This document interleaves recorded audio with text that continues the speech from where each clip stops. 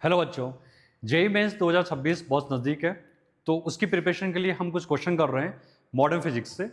ये question atomic structure से belong करता है। ठीक है, क्वेश्चन को एक बार पढ़ लीजिए आप पॉज करके। ठीक है, एक इलेक्ट्रॉन को प्रोजेक्ट करा गया मैग्नेटिक फील्ड के अंदर, उसकी रेडियस और कर्वेचर के बारे में कुछ बातें करनी है। और हमें लिखा हुआ है find the radius of electronic orbit in the first excited state. First excited state का मतलब होता है कि हमें n इक्वल टू कितना पुट करना पड़ेगा, 2 पुट करना पड़ेगा। ओके, रेडियस का फॉर्मूला होता है r is equal to m v upon q b. ठीक है, तो मास m लिख देंगे, v और q को हम क्या लिख सकते हैं, e लिख सकते हैं। ठीक है, इलेक्ट्रॉनिक चार्ज। हम जानते हैं एंगुलर मोमेंटम कंजर्वेशन के हिसाब से एंगुलर मोमेंटम जो होता है वो क्वांटाइज होता है mvr equal to nh upon 2 pi. So mvr is equal to nh upon 2 pi. n की जगह 2 पुट किया जाएगा, 2 से 2 कैंसिल आउट हो जाएगा, तो हमें mv की वैल्यू मिल जाएगी h अपॉन पाई r। अगर ये वैल्यू हम यहाँ रख देंगे तो r को r यहाँ से मल्टीप्लाई करेंगे तो r स्क्वायर बराबर आ जाएगा h upon pi e b. तो अगर यहाँ से हम r निकालेंगे तो r बहुत ही सिंपल आ जाएगा, r is equal to square root of h upon pi e b. तो इसके हिसाब से हमारा कौन सा ऑप्शन सही हो जाएगा, option number 4 is correct. Okay, simple 30 second के अंदर सॉल्व कर सकते हैं। इस प्रॉब्लम को देखिए, आपको एक ऑब्जेक्ट दे रखा है, उसका मास दे रखा है 10 टू पावर -30, उसकी वेलोसिटी आपको दे रखी है और आपसे पूछा गया है कि ये कौन सी रे को या बता रहा है आपके पास में। ठीक है, यानी कि इलेक्ट्रोमैग्नेटिक स्पेक्ट्रम में से कौन सा इसका है। तो हमें ऑब्वियसली वेवलेंथ निकालनी पड़ेगी, वेवलेंथ से डिसाइड कर सकते हैं। तो हमने पहले इसका मोमेंटम निकाला, p इज इक्वल टू क्या होता है mv। तो इसका जो मोमेंटम है हमारे पास में इतना वैल्यू आ जाएगा 2.2 into 10 to power -24। De Broglie law के हिसाब से lambda is equal to h upon p, h is equal to mv। तो हमने अगर mv की वैल्यू पुट करी तो हमें जो वेवलेंथ मिल रही है वो मिल रही है 3 इंटू 10 टू पावर -10, मतलब हमें वेवलेंथ मिल रही है 3 एंगस्ट्रॉम। तो हम पता है कि इस एंगस्ट्रॉम में ना 1 एंगस्ट्रॉम से लगाकर 100 एंगस्ट्रॉम के बीच में किसकी वेवलेंथ लाई करती है, एक्स रेज की। ओके, सो इसका आंसर हो जाएगा बहुत simple, second, X rays. Okay, next अगला क्वेश्चन दे रखा है हमको फिर से मॉडर्न फिजिक्स, न्यूक्लियर बोल सकते हैं इसको अपन, न्यूक्लियर फिजिक्स से बोल सकते हैं, रेडियो एक्टिविटी। एक radio activity nucleus N2 has a 3 times the decay constant. Decay constant मतलब लैम्डा। तो जो आपके पास में N2 है, मतलब सेकंड कोई ऑब्जेक्ट है, उसके लिए जो लैम्डा है वो किसी फर्स्ट के कितने टाइम्स है, 3 टाइम्स है। Okay okay, of the another nucleus N1 in the initial number of the both nuclei the same, मतलब दोनों का N0 सेम है, दोनों का N0 कैसा है, सेम है। What is the ratio of the number of nuclei of N2 to the number of nuclei of N1 after one half life of N1?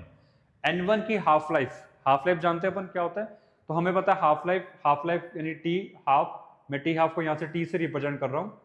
हमें पता है लैम्डा इंटू टी हाफ जो होता है वो किसके बराबर होता है, ln2 0.693 के आसपास होता है। ओके, सो लैम्डा 2 बराबर दे रखा है 3 times of lambda 1, N2 N0 e की power minus lambda 2, N1 this value.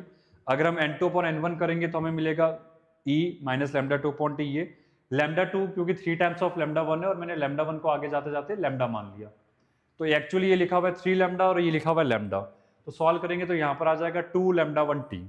Clear, lambda 1 T की वैल्यू ये रही, देखिए लैम्डा 1 टी का वैल्यू कितना है, ln2। तो यहाँ से अगर आप लैम्डा 1 टी रखोगे तो आएगा माइनस का 2 ln2, माइनस यहाँ ऊपर भेज दीजिए।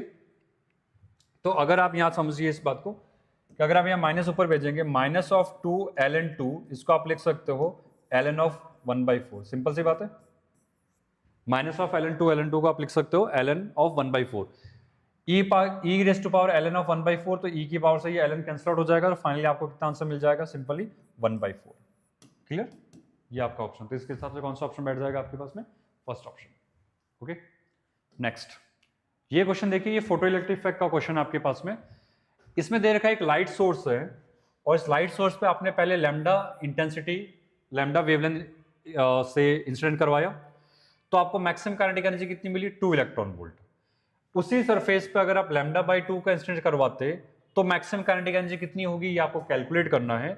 और गिवन है कि वर्क फंक्शन कितना होना चाहिए, 1 इलेक्ट्रॉन वोल्ट। सो हम जानते हैं energy is equal to 5 plus K max होता है एच सी अपॉन लैम्डा। इसका वैल्यू आपको 1 दे रखा है क्वेश्चन में, इसका 2 हो गया, तो यहां से एच सी अपॉन लैम्डा की वैल्यू कितनी आ गई, 3 e।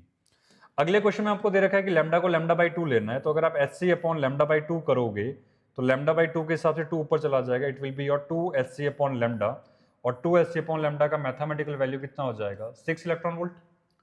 So h c upon lambda by 2 is equal to work function plus kinetic energy, तो ये हो गया आपके पास में 2 h c upon lambda is equal to work function 5 plus kinetic energy. इसका मैथमेटिकल वैल्यू कितना निकाल चुके हैं अपन, 6 इलेक्ट्रॉन वोल्ट, ये आपको 1 इलेक्ट्रॉन वोल्ट दे रखा है, तो मैक्सिमम काइनेटिक एनर्जी बहुत सिंपल सा आंसर आ जाएगा, that maximum kinetic energy is equal to 5 electron volt. So which option is correct? Third option is correct. तो आप देखो ये जो चारों क्वेश्चन है ये मॉडर्न फिजिक्स से और न्यूक्लियर फिजिक्स से बिलोंग कर रहे हैं। हम इन क्वेश्चन को इजीली 30 से 45 सेकंड के अंदर कंप्लीट कर सकते हैं और हमें करना ही चाहिए, तभी हमारे अच्छे परसेंटाइल आ सके। Okay, thank you.